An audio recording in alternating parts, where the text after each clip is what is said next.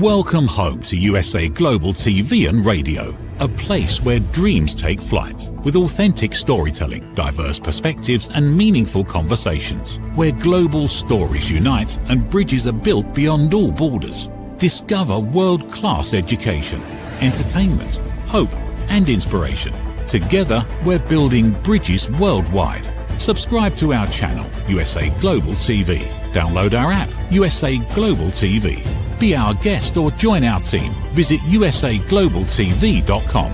Thanks to our founder and executive producer, Dr. Jacalyn Kerbeck.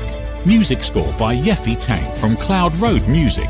Voiceover artist Mike Porter. Creative direction by Paul Garcia. USA Global TV and Radio. Your home for global connection. All rights reserved. This video and its contents are the exclusive property of USA Global TV and Radio. Unauthorized use, duplication or redistribution in any form is strictly prohibited.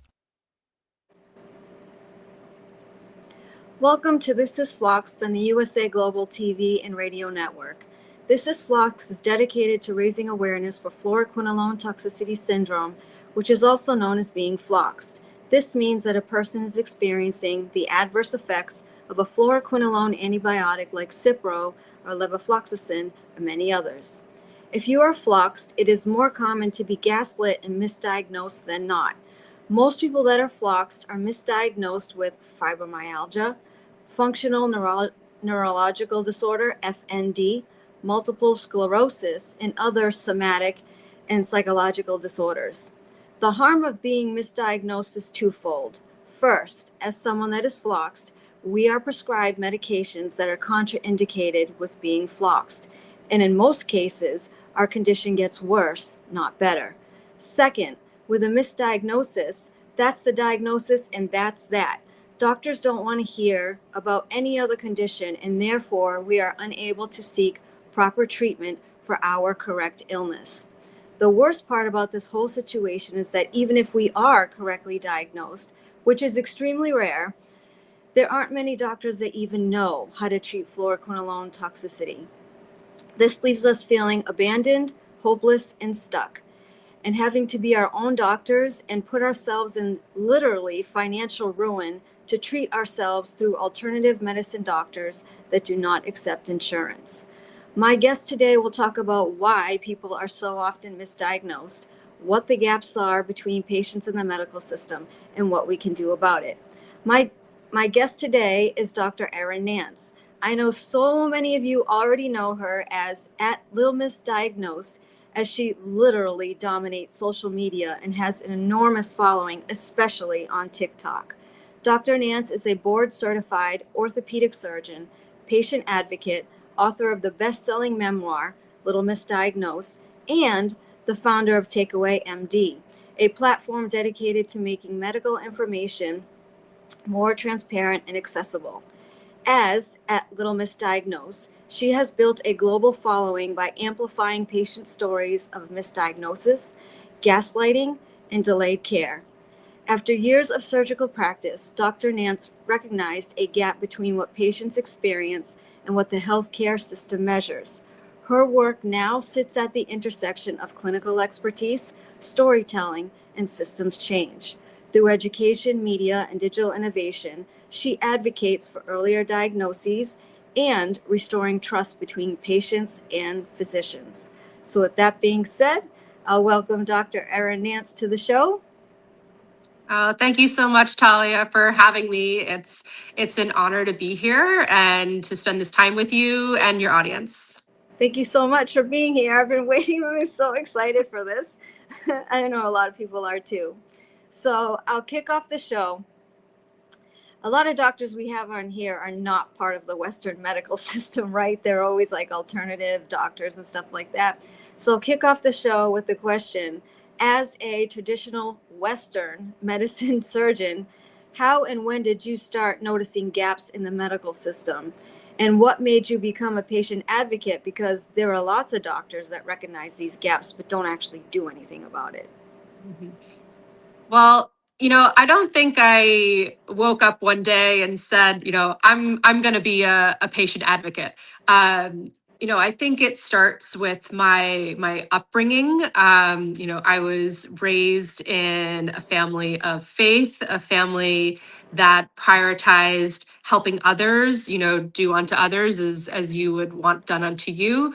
And that's kind of just how I've always treated my medical practice. I think in traditional medical setting, there is a significant power imbalance between the physicians and the patients.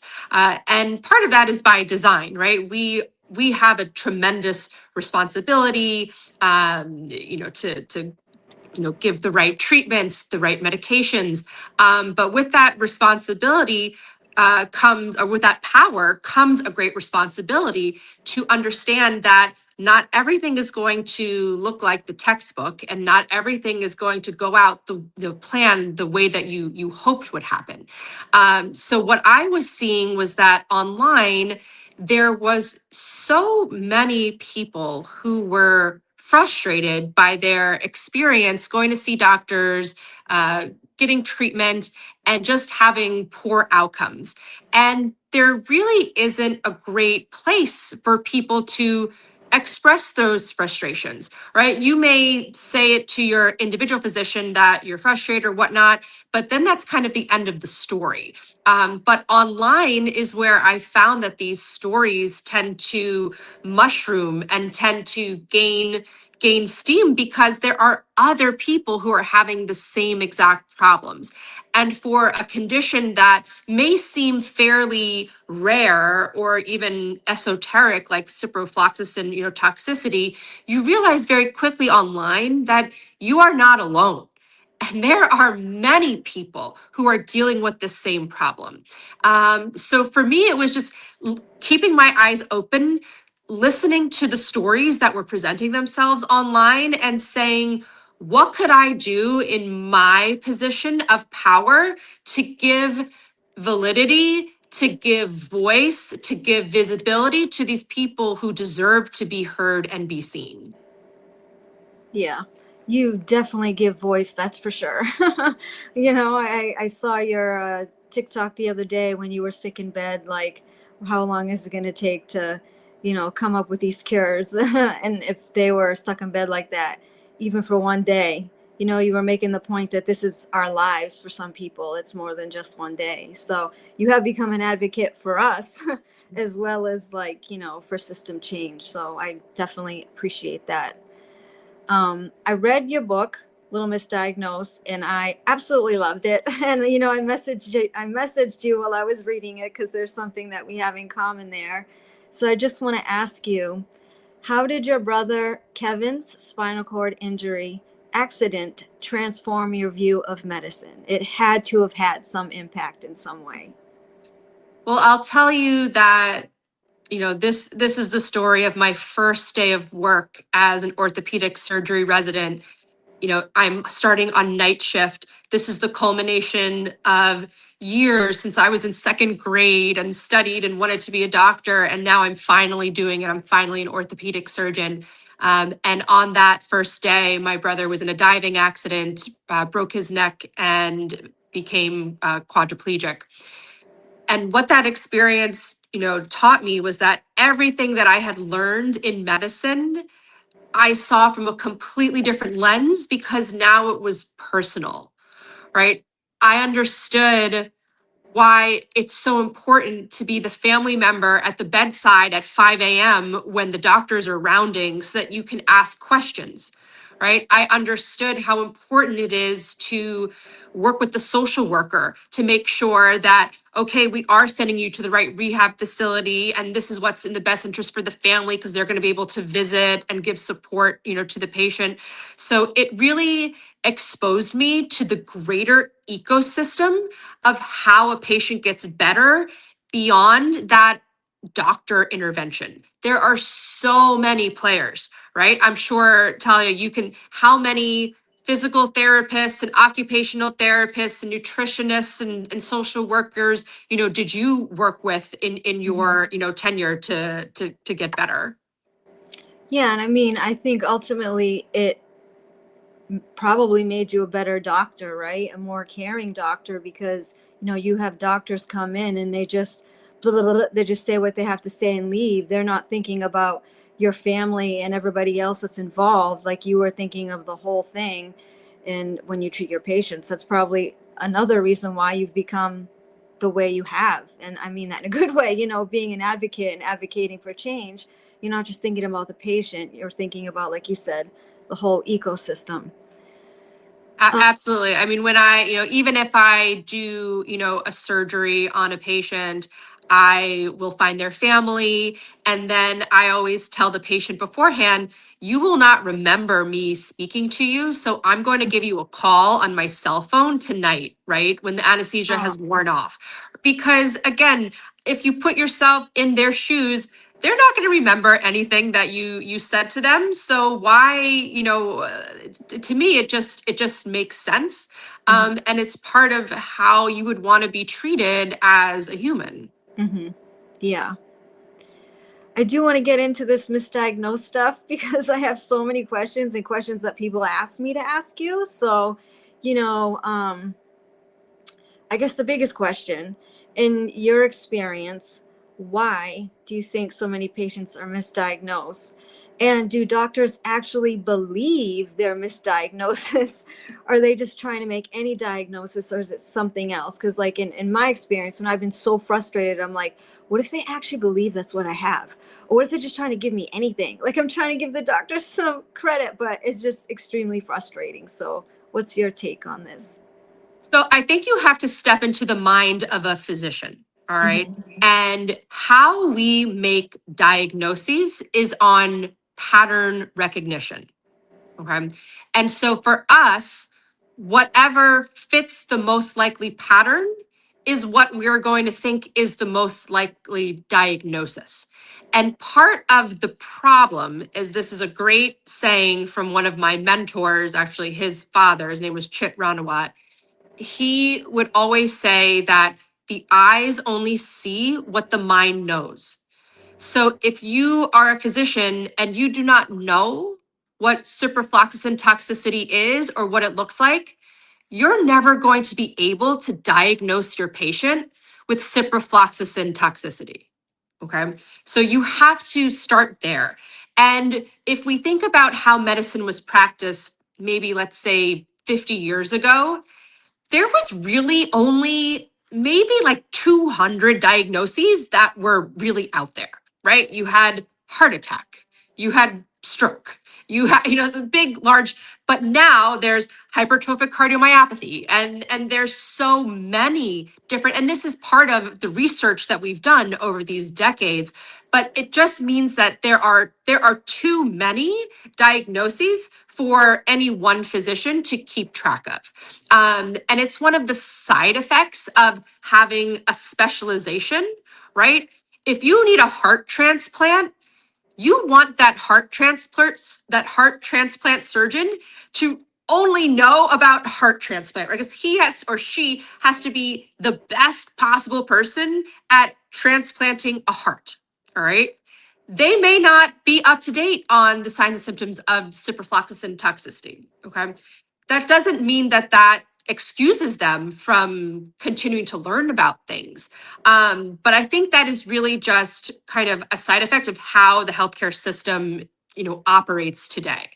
And this is where I honestly think that the use of AI can be so helpful in making diagnoses, because before AI, we were the AI. Okay. The doctor's brain was the AI.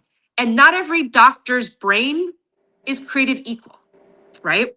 So that's why you have your Dr. House type people. And then you have other doctors who are everything, if they have a hammer, it looks like a nail. So I think it goes back to the eyes only see what the mind knows, and back to pattern recognition.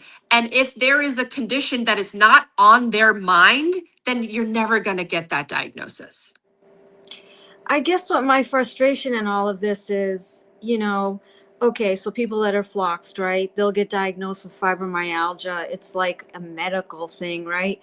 But so many times we're diagnosed with psychological issues. So where the heck does that come into play? Because they're not testing you for any psychological issues. They're not sending you to any psychiatrist or psychologist. They're just saying you have some psychological issue when you're experiencing fluoroquinolone toxicity. So how does that happen? Well, I think for conditions where, let's take strep throat, right? You go to your doctor, you say, my throat hurts, it's red, my voice is scratchy. They take out the swab, they swab your throat, and it comes back positive for strep. Okay. That is a nice little tied up with the bow diagnosis. We don't have that type of diagnostic capability for probably the majority of conditions that we treat. So, how are we making these diagnoses? It's based on, as I said, pattern recognition. Okay, you've got 4 out of the 5 symptoms. It's got to be this. But what we're also learning is that for a lot of these conditions, they may show up in patients differently, and specifically for women. We experience symptoms, like of a heart attack very differently from men. And if the prevailing thought for physicians is, oh, people who have a heart attack, that's someone who has an elephant, feels like they're sitting on their chest, they're struggling to breathe. For a lot of women, the symptoms of heart attack may be shoulder pain, feeling like something is off, right? So we need to have more awareness about what the symptoms are for conditions so that it does become, top of mind so that we're able to make these diagnoses. Mm-hmm. But to go back to your, the reason why I say this, because if you can't have a definitive diagnosis, then it becomes a diagnosis of exclusion, right? And psychological diagnoses, for the most part, are diagnoses of exclusions. Okay, you didn't have, this positive EMG and you didn't have any positive findings on your MRI. So we're going to go with anxiety or functional neurological disorder, because there's nothing to say that you don't have that, right? Is there anything to say you don't have fibromyalgia? Is there anything to say you don't have functional neurological disorder? Anything to say you don't have anxiety? No, that's just based on opinion. So it's a diagnosis that is a diagnosis, right? We physically have to give you an ICD-10 code at the end of every visit in order to even submit a bill. So you must have a diagnosis after you leave, and that's not to say that that's something that the patients know about, or that they should be like, well, I didn't even realize this was happening. What a physician should be doing, even if they don't know the diagnoses, they could still in their note say, my prevailing diagnosis is fibromyalgia, but it could also be A, B, and C. We should do further testing to see if it is A, B, and C. And it's really that step that is missing. And a patient can't get a doctor to do that, right? No. Well, a patient can ask, like, let's say you go to your doctor and they say, I think you have fibromyalgia. The best question you can ask is, what else could it be? That's it. What else could it be? Because they are going to have to come up with, we call it a differential diagnosis. All right. Yeah. And even if they are not going to be the ones to go down the diagnostic route of figuring out if it is one of those differential diagnoses, that's something that you can go to another physician and say, hey, I had someone consider that I could have ciprofloxacin toxicity. Do you think that this could be ciprofloxacin toxicity? And you really have to put it in the mind of the physician. Yeah. So for everybody out there that's been misdiagnosed and knows they're misdiagnosed, or gaslit or whatever, what kind of advice would you give them beyond, I mean, what you just said? Is there any other advice you could offer us in this situation? Like, because once they make a diagnosis, you can't get out of it. And so, like, what tips are there that we could do, or what power do we have, is what I'm trying to say. Mhm. Well, you have the power to choose who you go to. Okay. That's, I completely understand that in some cases there are care deserts. In some places it is financially prohibitive to see multiple physicians. But outside of the emergency room setting where you pretty much, you get who you get, on an elective basis, you have the power to choose. You are not locked into any physician. This is a voluntary relationship. And you are going to a doctor for their opinion. That is our job, is we give opinions. So, while it may make the road longer and it would be a heck of a lot faster and cheaper and more efficient to find the person who knows what you're dealing with first, just know that that first opinion may not be correct, and it is in your power to try and find someone else. Now, I hear a lot of patients say, well, I've tried to go to the Mayo Clinic and they've rejected me from the Mayo Clinic. I hear that also. The Mayo Clinic is not the end all be all. Okay.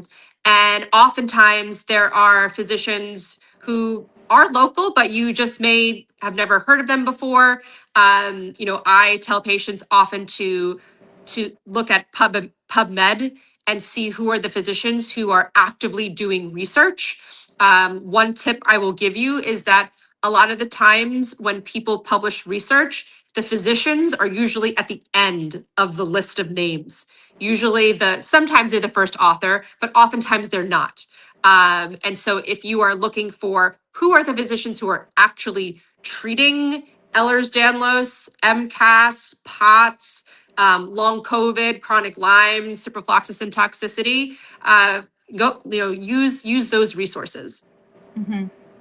So let me give you an example. Like, this is why I get so frustrated with, like, the psychological disorders, because the second that shows up on your record and you show up in an emergency room the next time, that's the first thing that they see, right? And as soon as that doctor sees you, they walk up to you and you try to start explaining your story, and they're like, I see you have anxiety. And that's where it goes. And you're like, no, I have all these physical symptoms. And I've had it before where they just send, like, psychiatrist over to me. No, I can't chew, I can't swallow, I can't, you know what I mean? And, like, what does somebody do in that situation? Like, just get up and walk out of the emergency room? Like, what are you supposed to do? Or, like, how do you change a mind? You know what I mean? Like, because I feel like it's this, like, scarlet letter on you, and everywhere you go. Like, how are you going to get past that? So, to go back to, anxiety is kind of the classic, misdiagnosis. And part of the problem is that the medical conditions that you are experiencing make you feel anxious. Mm-hmm. Anxious is an emotion. Okay. That is normal. And anxiety is a warning sign. It is good to feel anxious if your body is trying to warn you that something really bad is happening. Okay. That is separate from anxiety disorder, right? Mm-hmm. Anxiety disorder is when that level of anxiety and alertness is out of proportion to what's going on, lasts longer than it should ever last, doesn't fit the circumstance, right? You're feeling anxious because you're going out to dinner with your friends. That's not, the right way. Or it's getting in the way of you doing your everyday activities, getting in the way of your life. If that is not the case, then it is within your right to say, I am feeling anxious, but this is not part of anxiety disorder. Mm-hmm. And have them, kind of explain to you why they would think otherwise. But I think, number one, differentiating between anxiety and anxiety disorder is very important. Even in the ER setting, you are allowed to speak your truth, right? So I completely understand that once you are, these ICD-10 codes show up on your chart, they follow you around. But I think it's just to bring it back to the physical symptoms, and you can say, put my anxious feelings aside. I want to discuss the physical symptoms and how we can treat those. Mm-hmm. That's good advice. Definitely good advice, because it's hard, like when you're in that situation, to like not flip out. You have to keep your cool, or the doctor's not going to take you seriously. And that's what I try to tell people that are reaching out to me. I screamed at my doctor. I'm like, you can't scream at them. I know it's frustrating, but then it makes you look crazy, right? So, Correct. yeah. Correct. And it's more, again, about maintaining that dialogue of, even it is absolutely okay to acknowledge I have anxious feelings, but Mhm. I'm having physical symptoms that I want to find a treatment for. Mhm. Yeah. To Yeah. separate the two. Yeah.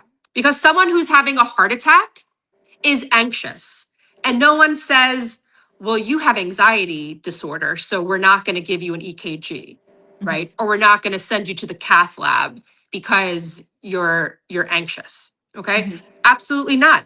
The anxiety is part of the heart attack. Mhm. And so we just have to, again, be able to separate the feelings of anxiousness with the diagnosis of anxiety disorder. And sometimes that means educating the physicians as well. Yeah, so basically what you're saying is you need to become your own advocate, which is what I say all the time.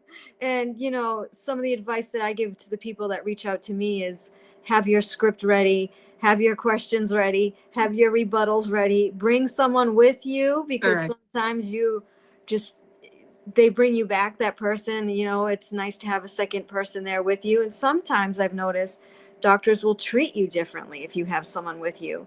And in my case, if you have a man with you who's your husband, they treat you very different than when you go by yourself. That's been my experience. I don't know why, but that's just some of the things I noticed. Yeah, absolutely, bringing someone with you, because it changes the dynamic of the interaction. Yeah. As I said at the top, there is a power imbalance when you are one-on-one. And just even having one more person helps to, level that playing field, because now I'm not only responsible for communicating to you, but also to someone else who can vouch for, Talia is not, normally like this. This is a significant change in her symptoms and her behavior, and there is something physically wrong, right? It's Right. just another set of data points. Right. And I think for everybody watching out there, people that are chronically ill, definitely those of us that are being floxed. I mean, you're hearing Dr. Erin Nance say this, but like, you have some power. I think we're so used to being in the system that what the doctor says is gospel and you can't fight back. Not even that it's fighting back, you're just sticking up for yourself. And this is one of the biggest things I say to people all the time. You have to advocate for yourself. Nobody cares more about your health and well-being than you. You're just another patient to that doctor, so you're going to have to be the one that does it.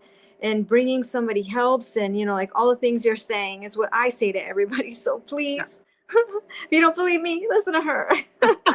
It's Yes, seriously making a I did difference. a post at least a year ago where, I said the cavalry is not coming. Okay. It is on you. And that may seem unfair, and that may seem like a huge burden. And it's not that doctors aren't there or willing or want to help you, but exactly what you said is what I have said. There is no one who cares about your health and you getting better than you. So you really have to be the driver in this situation. Mm-hmm. One of the things in your book, I really did love your book, by the way. I keep saying that. One of my favorite quotes about doctors was, "There is a way to preserve a person's dignity even in times where they feel stripped naked." which I feel like many of us have felt like this most of the time when we go in there with a diagnosis, with a illness that doctors don't know how to treat or don't understand.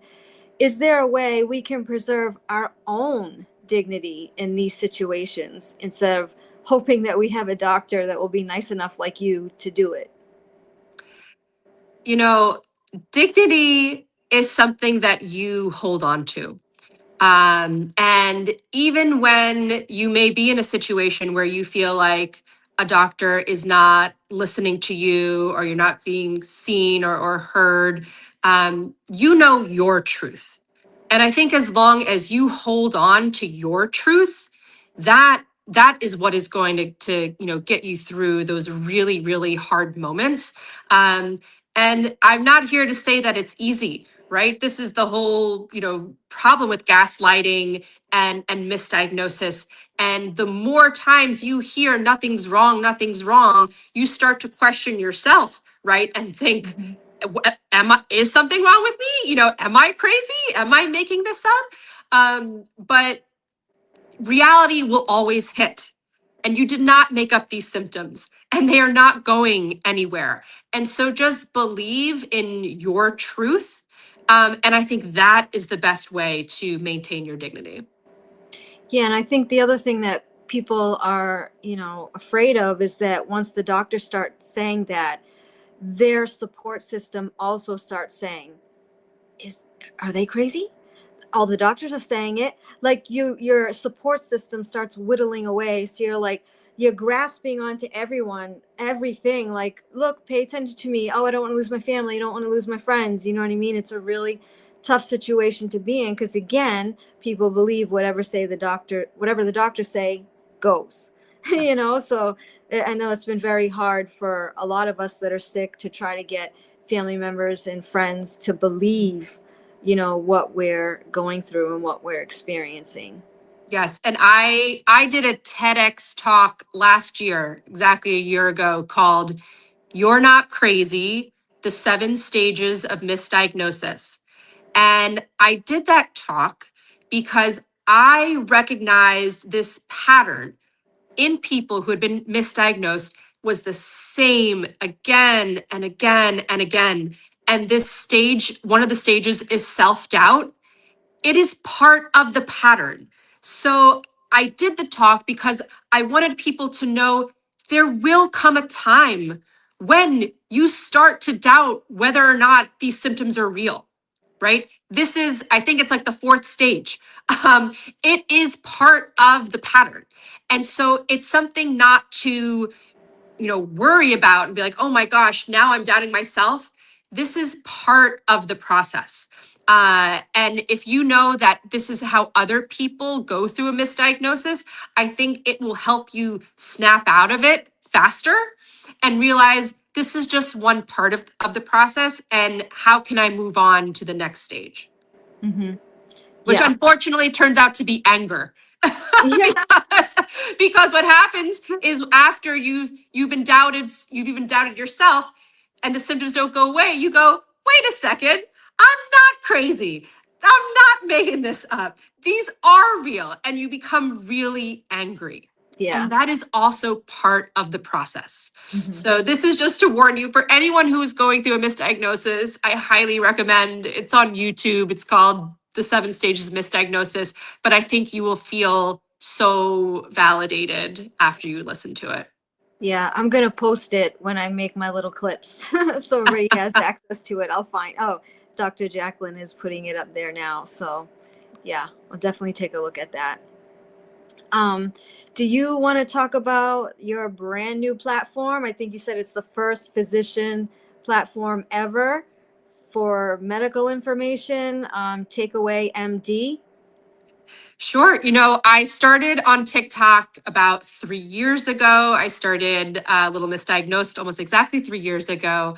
And what I understood about the power of physicians on social media, right, is that we are really good at just creating a space for other people who have had shared experiences and lived experiences to find one another and connect with one another. And, there's so much misinformation on social media. Don't get me started about, Facebook groups and everything. But what I thought is there's really good information out there too.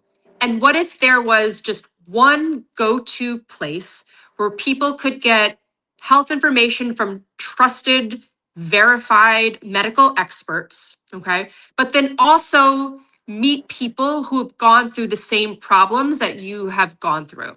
So that really is, the basis of Takeaway MD. It's a medical social media platform.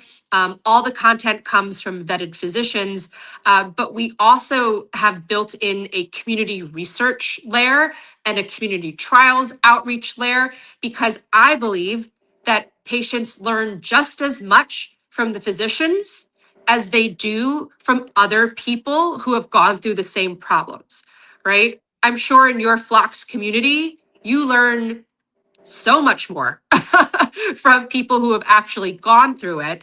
But at the end of the day, you do need to work with the clinicians who have the access to the treatments, right, and the diagnostics that you need. So we need both parties to be working together to help everybody. Mm-hmm. So they can just go to the App Store and download Takeaway MD. It's like black and green logo. Yes, it's black with a green Takeaway MD logo. We debuted at number 7 in the App Store for all health and fitness apps, because I knew that this was something that people were hungering for, right? When you get diagnosed with something at 2 a.m. and you go to Google, that's terrifying, okay? Mm-hmm. When you go on to TikTok at 2 a.m., that's terrifying. So we wanted a place where we could get the most relevant content for you, and then also put you really in touch with the community that's live on these videos, who everyone who is on that video is on there for a reason. So we built the platform not based on popularity of the views, but based on trying to match the content with your health symptoms and conditions and interests. So our goal is not to have people spend hours and hours on this platform. Our goal is to have people come to the platform and hopefully get the information that they need. Mm-hmm. And I would say, people that don't have something that's common should still sign up for this app. And get our stuff out there and get people talking about it. So for everyone Absolutely. Block says, And well, nobody knows yes. about it anyway, I'm not going to sign up. Sign up. I signed up. Correct. Because as I was telling Talia before we came on the show, that the platform is a general health platform. So we have over 500 physicians and there's over 1,200 videos on the platform now. But the platform, it was only launched 2 weeks ago. The platform will continue to grow with content. But really, if you have a very rare disease, just even entering the platform and signing up for the community research, we are soon going to be able to translate your story into insights for the community. And that's what we really want to do, right? If you have 100 people in your Cipro Floxed Facebook group who are all saying basically the same thing, it only lives in comments on a Facebook group thread, right? Whereas what we're trying to do is take a research approach to saying, okay, we have 100 people with ciprofloxacin toxicity, and we've learned that symptoms show up 3 days after they started the medication, right? And I'm just saying this out of the blue as an example. But we want to be able to actually use the information you give us to help provide insights to someone who may not even have a diagnosis yet, right? All they know is, I started on Cipro for UTI, and now my Achilles tendon is killing me, right? They may not be able to connect the dots immediately from just looking up on Google, because Google is primed to show the most common scenario, right? And they would say, oh, you just have Achilles tendonitis, right? They're not taking into consideration the fact that you took ciprofloxacin 3 days prior. Whereas on Takeaway MD, when you enter your symptoms and conditions, we know you've taken Cipro, it's 3 days later, we're going to show you content about ciprofloxacin toxicity because that may be relevant for you. We're not diagnosing you with ciprofloxacin toxicity, but again, we're giving you the language to go back to your physician and empower you to have a more educated and better conversation with them. Mm-hmm. Yep. I like the app. So make sure you all download it. Take 2 seconds. Thank you. Yes, it's I hope, we are going through many versions very quickly, and we're trying to make it as user friendly as possible. But in the end, we want it to really be that safe and trusted place where people go to get credible health information. That's the easiest way to think about it. Yeah. Before, yep, there it is, black and green. Before I get into the questions with the users, I end every show with a message of hope. And I am going to bring in the quote at the end of your book that had me crying my eyes out. You wrote at the end of your book, the night of Kevin's accident, I learned that the most powerful drug is hope. Hope that you will be the one to beat the odds. Hope that the surgeon will know how to fix the problem. Hope that the recovery process will go smoothly. Hope that you will be able to live a fulfilling life no matter how many medical obstacles are thrown your way. So can you please give our viewers a message of hope who are chronically ill, misdiagnosed, and or floxed, whatever? I will tell you that there are so many people who care about you. Just in my own circle of physicians who, listen, I have over 500 physicians on our platform. They don't receive any compensation. There's no glory. There's not even view counts on our videos. There's no reason to be on this platform other than to help people get better information and better care. So I want you to know that there are people who care. In fact, this is a plug for a friend of mine, Dr. Bayo. She has compiled a website called Clinicians Who Care. It's literally thousands of doctors who patients have recognized this is someone who cares, right? Not just they're a good doctor, but they care about me. So if you're looking for a resource, you say, hey, I'm in Phoenix and I can't find an OBGYN who will treat me for endometriosis. You can go to that website and literally look for a clinician who cares about you and treats endometriosis. There you go. Clinicians Who Care, a great plug. And it's these physicians and the work that we're doing that really give me hope that we will one day be able to have everyone feel seen, everyone feel heard, because that's what you deserve. Yep. Thank you. Do you have anything else you want to say about misdiagnosed or anything before we're going to take a couple questions before we go? I love, I will say this. People ask me, why do I post all these videos and why do I spend all my time making Takeaway MD? It brings me tremendous joy to do this. When I think of, I still see patients, I'm still a practicing hand surgeon, but I may only have an impact for the 10 to 20 patients that I see per week. My impact on as Little Misdiagnosed and my impact as the founder of Takeaway MD, this really is my service, right, to the public. And this has brought me such tremendous joy. And I want you to know that it's an honor to serve you. And those are the physicians that you should seek out. Those who we see, our role, it is a calling. We are in service to people. And I hope that you're able to surround yourself with physicians and other care team members who feel the same way. I can tell you for sure, we see your heart. There's no doubt about what your motive is in your videos. So thank you very much. Oh, you're so welcome. Do you have any questions? Look.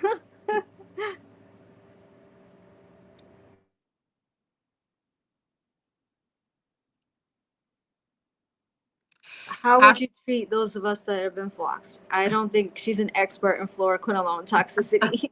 Well, I will say that as an orthopedic surgeon, I have treated patients who have had tendon ruptures with fluoroquinolone toxicity.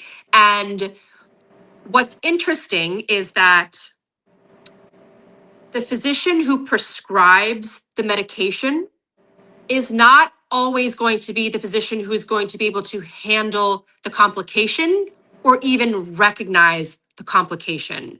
And that is something that I think as patients, you may not understand.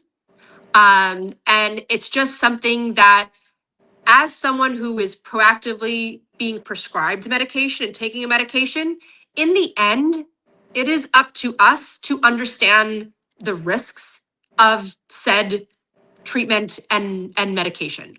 That doesn't mean that you are responsible for all 100 possible side effects and being on the lookout for what that could involve. But I would say that, for example, if you took Cipro and you started having tenderness in your Achilles tendon, I would say it's on you to start the research and then go to the physician who you think is going to be the most likely to help you. And it may not be your internal medicine doctor who prescribed you the medication. Yeah.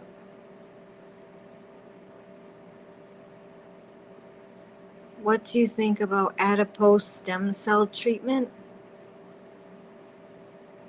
Do you know what that is? Well, stem cell treatment has been around for quite some time and for many different usages. I mean, I even know in my own brother's case, who has a spinal cord injury, there are different physicians in China who do stem cell trials, and there's a lot of different trials for stem cells. And our job as physicians is to be able to make recommendations on treatments that we know are going to be safe and successful. As a hand surgeon, like for example, there is an injury called scapholunate ligament tear. It's a devastating injury. It's very difficult to treat. And why I don't like necessarily recommending that treatment to patients is because I have to say it's only 50-50 if it's going to help. And that is it is an expensive, it is a time consuming, it is a big recovery process for a procedure that I don't have great confidence is going to help. So stem cells really at this moment in time fall into that bucket, right? Is there a potential to help? Yes. Do we have a predictable safety profile of that treatment? No. No.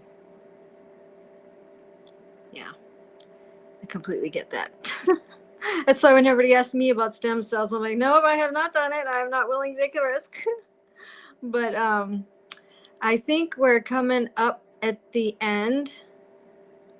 And this is you on TikTok. Almost 1 million. No. Oh yeah, this is, I want to say, because I have to be very careful. On Instagram and Facebook, there are many scam accounts. Oh, And okay. so on TikTok, this is me, Little Misdiagnosed, absolutely. And then I apologize because social media was not my main job. So I should have the same handle across all the platforms. But on Instagram, I'm Dr. Erin Nance, spell doctor out the full way. And on Facebook, to be honest, I don't think any of those accounts are me. So Oh no. there are accounts that have over 100,000 followers that are not me. There are accounts that they just used to steal my content from TikTok and then upload them. And because I never took the time to have a Facebook account, that's why they've grown. But I would say most consistently, you can follow me on TikTok. And now my hope is that everyone will use Takeaway MD to see all of the vetted physicians. Yes, this is me on Instagram. Yep. All right, so thank you very much for joining today. I really appreciate your time. I know how busy you are. And that concludes today's episode of This is Floxed. I'll see you all next month. Stay healthy and download Takeaway MD. Thank you. Is it true? Is it kind? Is it necessary? In a world quick to judge, one book dares to reveal the hidden cost of silence. Discover Holy but Harmful, The Silent Sin of Judgment, How Hidden Judgments Destroy Relationships and Damage Lives by Dr. Jacalyn Kerbeck. The Amazon #1 bestseller that's transforming the way we understand ourselves and the way we see others. Pick up the companion workbook to uncover your own hidden judgments and learn how to break free from them. Available now on Amazon and at fine bookstores worldwide.